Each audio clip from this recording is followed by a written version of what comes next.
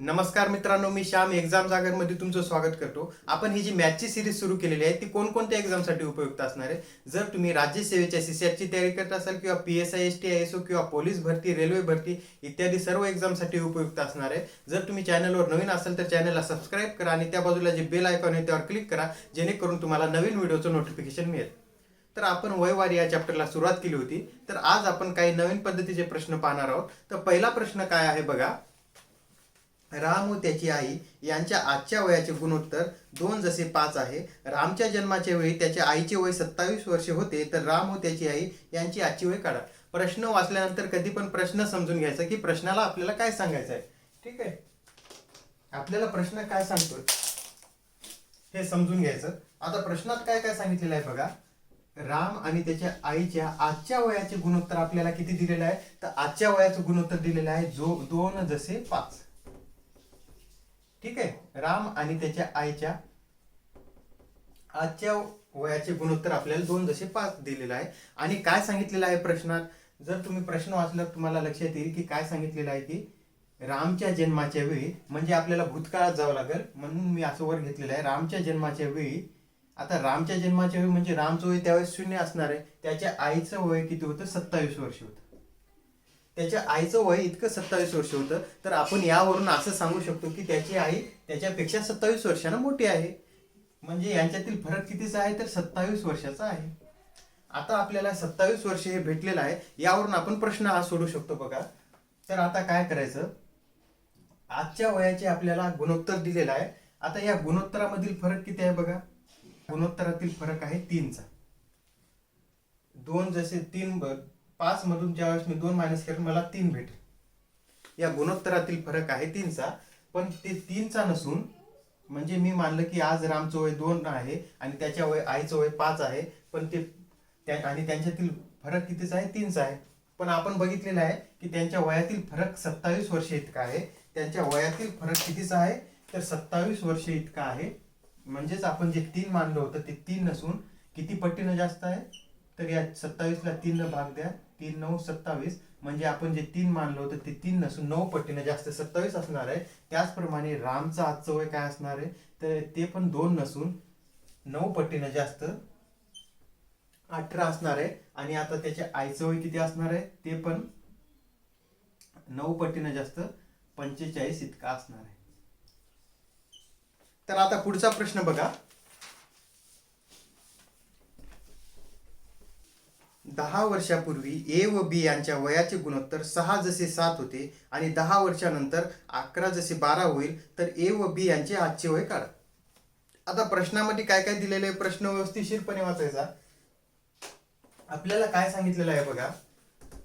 आता इथं मी आजचे वय असं ए आणि बी चं आजचं वय आपल्याला दिलेलं नाही. पण प्रश्नात काय सांगितलेलं आहे, त्यांचे 10 वर्षापूर्वी त्यांच्या वयाचे आपल्याला गुणोत्तर काय दिलेलं आहे, 6 जसे 7. अजून पुढे काय सांगितलेलं आहे की 10 वर्षानंतर, म्हणजे आता आजपासून 10 वर्षानंतर असं घ्यायचं. आजपासून 10 वर्षानंतर त्यांच्या वयाचं गुणोत्तर किती झालेलं आहे, 11 जसे 12 झालेलं आहे. 11 जसे 12 झालेलं आहे. आता हा प्रश्न कसा सोडवणार आहोत आपण बघा. यातही तसंच सोडवायचं आहे. आता मी काय सांगतो व्यवस्थितपणे बघा. इथून जे इथं आपल्याला 10 वर्षापूर्वीचं वय दिलेलं आहे, 10 वर्षापूर्वीचं एचं आणि बीचं वय किती दिलेलं आहे, गुणोत्तर किती दिलेलं आहे, 6 जसे 7 दिलेलं आहे. आणि इथून 10 वर्षानंतर 11 जसे 12 दिलेलं आहे. म्हणजेच या 10ला ऍड केलं आणि या 10ला ऍड केलं, म्हणजेच आपण असं म्हणू शकतो की पहिले त्याचं 6 जसे 7 असं गुणोत्तर होतं ए आणि बीचं, आणि 20 वर्षानंतर 11 जसे 12 झालेलं आहे. आणि यांच्यातील आता 11 जसे 12 झालेलं आहे. आणि इथून इथपर्यंत यांच्यात 20 वर्षानंतरचं हे वय आहे असं आपण म्हणायलो. मग यांच्यातील अंतर बघा समान आहे का, जे आपल्याला रेशो आहे त्यांच्यातील अंतर समान आहे का बघा. तर 11 मधून 6 गेले आपल्याला किती भेटलेले आहेत, 5 भेटलेले आहेत. आणि 12 मधून 7 गेलेले आहेत तर किती भेटलेले आहेत, 5 भेटलेले आहेत. म्हणजे यांच्यातील अंतरही समान आहे. एक गोष्ट लक्षात घ्या, ज्यावेळेस आपण असे प्रश्न सोडवले की नाही, तर जे आपल्याला हे दोन रेशो दिलेले आहेत यांच्यातील जे अंतर आहे की नाही, आता आपल्याला इथं 5-5 आलेले आहे, हे समान असणं आवश्यक आहे. जर समान नसेल तर काय करूया हे पण आपण बघायचं आहे पुढं. पण आता इथं तर समान आहे, तर आता हा प्रश्न सोडून घेऊया. आता हे जे आपल्याला 5 आलेलं आहे ते 5 नसून 20 वर्ष इतका अंतर आहे यांच्या दोघातील, इथून ते इथपर्यंत. ते 5 नसून 20 आहे, मग मी असं इथं 20 लिहिलं आहे. आता हे 5 पेक्षा किती पटीनं जास्त आहे, तर 4 पटीनं जास्त आहे. 5 चोक 20, 4 पटीनं जास्त आहे. त्याचप्रमाणे आता तुम्हाला आजचं वय काढायचं आहे, तर आजचं वय काढण्यासाठी काय करायचं बघा. आजचं वय काढण्यासाठी तुम्ही काय करू शकता, जर तुम्ही या जे 4 आहे या 4 ने इथं पण गुणाकार करू शकता आणि इथं पण. म्हणजे काय सांगायला बघा, आता मी मानलं याचं वय हे 6 नसून 4 पटीनं जास्त 24 आहे, आणि हे 7 नसून 4 पटीनं जास्त 7 चोक 28 आहे. आणि आपल्याला आजचं वय काढायचं आहे. आजचं वय काढायचं आहे. आता हे 10 वर्षापूर्वीचं वय, मग 10 वर्षापूर्वीचं वय आहे, त्यात अजून 10 ऍड करा. 10 ऍड करा तर आपल्याला त्यांचं आजचं वय मिळेल. म्हणजेच एचं आजचं वय किती आहे, तर 34 आहे. आणि बीचं आजचं वय किती आहे, तर यात पण 10 ऍड करा तर किती आहे, 38 आहे. ठीक आहे. ए आणि एचं आजचं वय 34 आहे आणि बीचं आजचं वय 38 आहे. तुम्ही इथून पण काढू, या रेशोचा उपयोग करून पण काढू शकता किंवा या रेशोचा उपयोग पण करून काढू शकता. तर याचा केला असतं, कसं केलं असतं बघा. आपण हे आपण 11 आहे ते 11 नसून 4 पटीनं जास्त 44 असणार आहे. आणि हे 12 नसून हे पण 4 पटीनं जास्त 48 असणार आहे. आता आपल्याला हे 10 वर्षानंतरचं वय आहे, हे 10 वर्षानंतरचं आहे, पण आपल्याला आजचं काढायचं आहे. मग आजचं काढण्यासाठी यामधून आपल्याला 10 मायनस करावं लागतील, तर येईल 34 वर्ष. आणि यामधून 48 मधून पण आपल्याला 10 मायनस करावं लागतील, तर किती येईल, 38 वर्ष. ठीक आहे. प्रश्नात काहीच अवघड नाही, तुम्हाला समजला असेल हा प्रश्न. आता पुढचा प्रश्न बघूया आपण.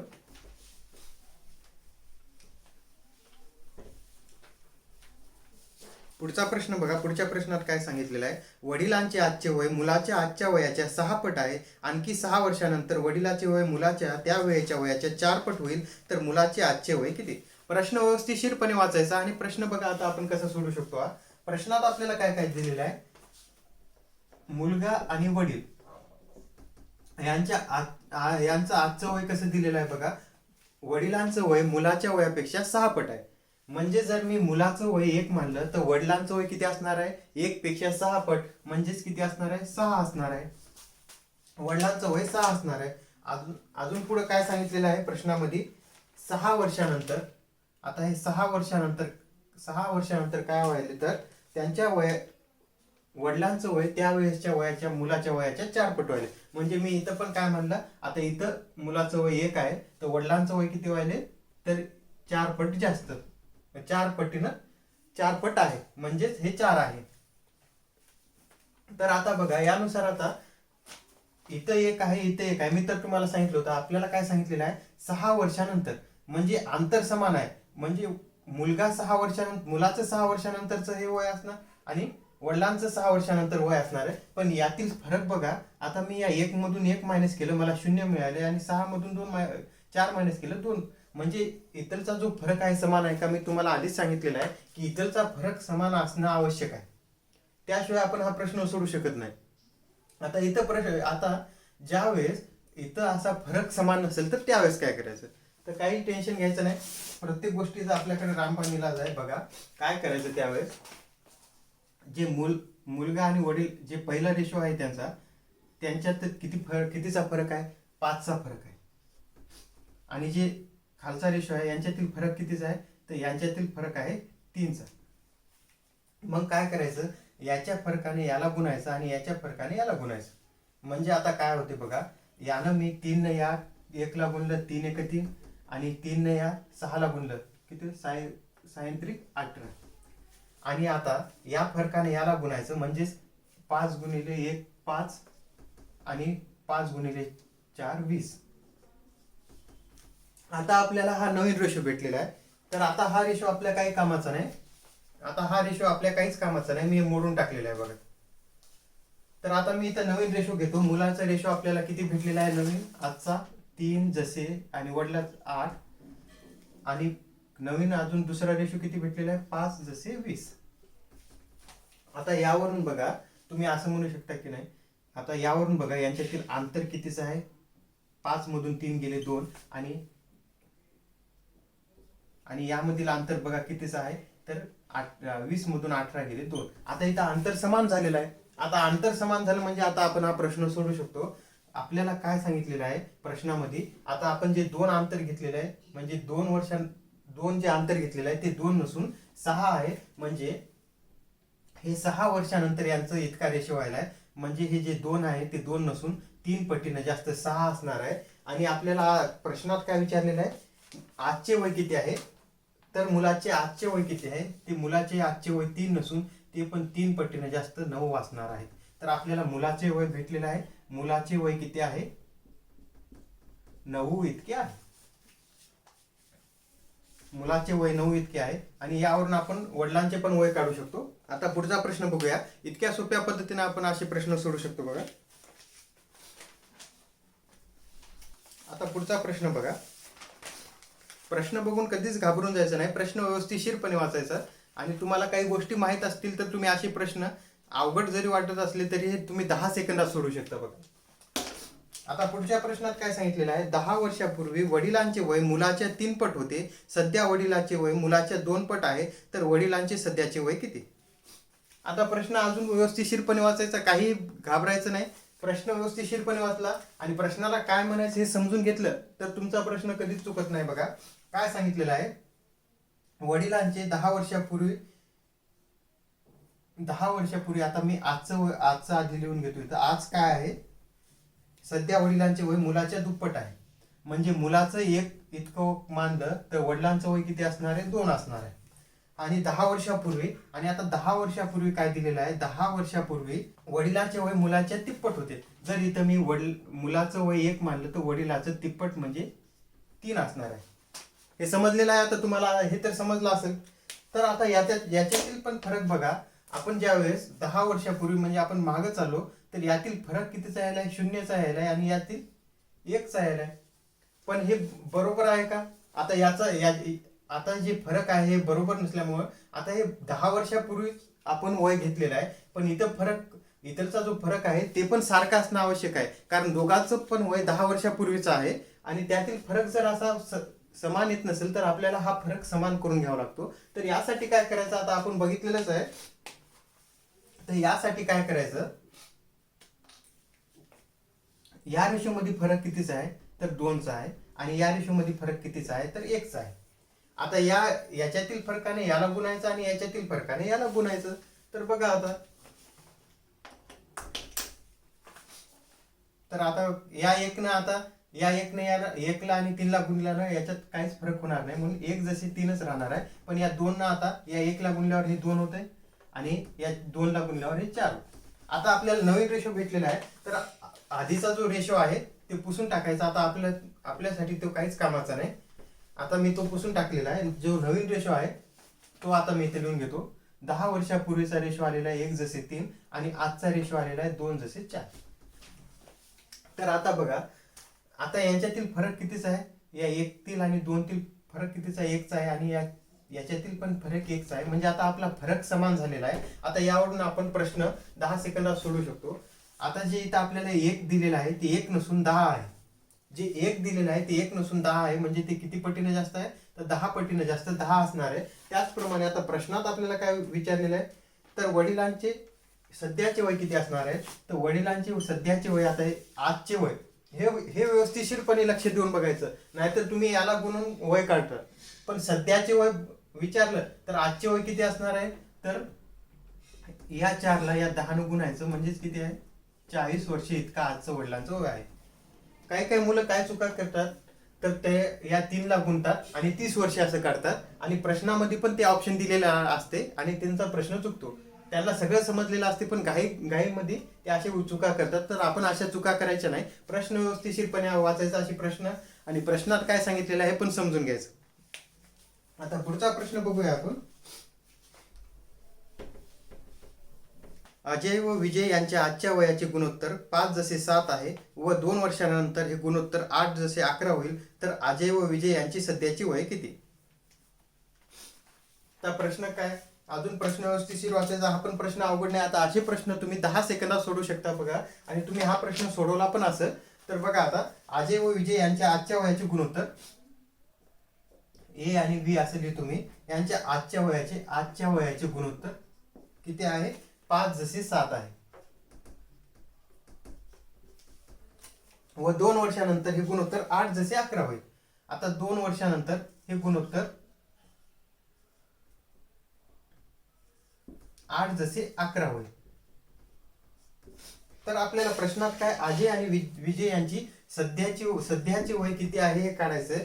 तर प्रश्न व्यवस्थितपणे वाचल्यानंतर आता आपण बघू शकतो, मी तुम्हाला सांगितलेलंच आहे 2 वर्षानंतर म्हणजे याच्यातील आणि याच्यातील जो फरक आहे, या दोन्ही याच्यातील जो फरक आहे तो समान असणं आवश्यक आहे. तर आता इथं फरक समान आहे का बघा. ज्यावेळेस मी 8 मधून 5 मायनस करेल तर किती? 3 येते. आणि ज्या वेळेस मी 11 मधून 7 मायनस करेल तर किती? तर 4 येते. तर आता हा फरक समान आहे का? तर फरक समान नाही. इथं वेगळा आहे आणि इथं वेगळा आहे. तर आपल्याला हा फरक आधी समान करून घ्यावा लागेल. तर त्यासाठी काय करायचं, आता मी सांगितलेलं आहे या रेशो मधील फरक किती आहे? 2चा आहे. आणि या रेशो मधील फरक कितीचा आहे? तर 3चा आहे. तर या फरकाने याला गुणायचं आणि या फरकाने याला गुणायचं. तर बघा आता ज्यावेळेस मी या 3 या 5ला या 3 या रेशोला गुणल तर बघा 5 त्रिक 15, 7 त्रिक 21. आणि ज्यावेळेस मी या 2 याला गुणल तर काय? 8 दुनी 16, 11 दुनी 22. आता आपल्याला नवीन रेशो आलेला आहे. आणि मी तुम्हाला सांगितलेलं आहे नवीन रेशो आला तर आपला हा रेशो आहे तो काही कामाचा राहणार नाही. हा मोडून टाकायचा.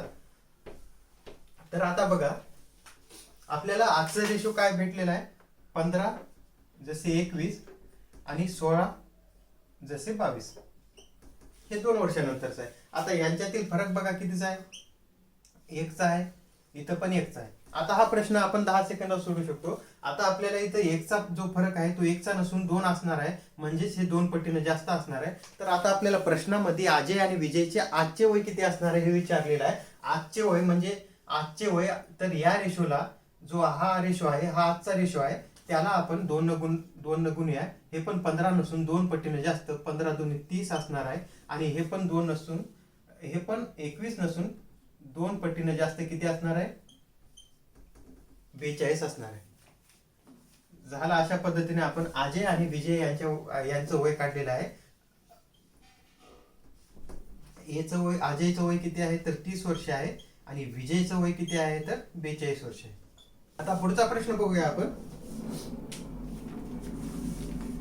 ए व बी यांची आजची वय अनुक्रमे 14 वर्ष व 10 वर्ष आहेत. तर आणखी किती वर्षांनी त्यांच्या वयाचे गुणोत्तर 5:4 होईल? आता प्रश्न व्यवस्थिशीर वाचा. प्रश्नात काय सांगितलेलं आहे? ए आणि बी यांची आजची वय आपल्याला काय दिलेली आहे? 14 आणि 10 वर्षे असं दिलेलं आहे. आणि काय विचारलेलं आहे? आणखी किती वर्षांनी, म्हणजे आणखी किती वर्षांनी.